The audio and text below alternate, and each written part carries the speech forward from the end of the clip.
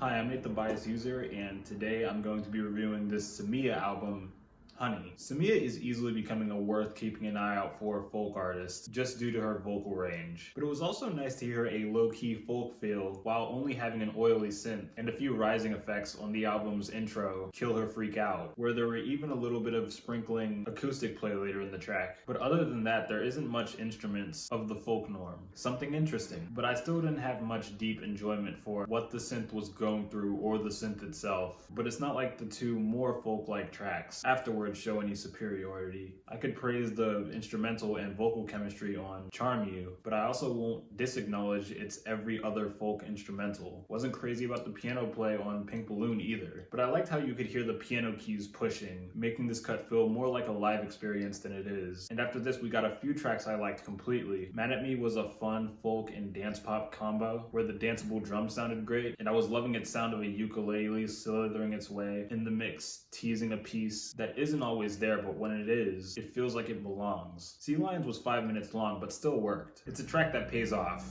Just a bunch of calm ambience at the start, just so an energetic, snappy drum passage picks up and has soft bell sounds foreshadowing the humming Samia provides that were cute. So those were highlights, but right after there's a low light. To me it was, where besides the progression, is very much at its basic of folk music. Then there's Breathing Song, where Samia seems to lose control of her vocal range, where I was highly annoyed with her high-pitched rise, especially at the end.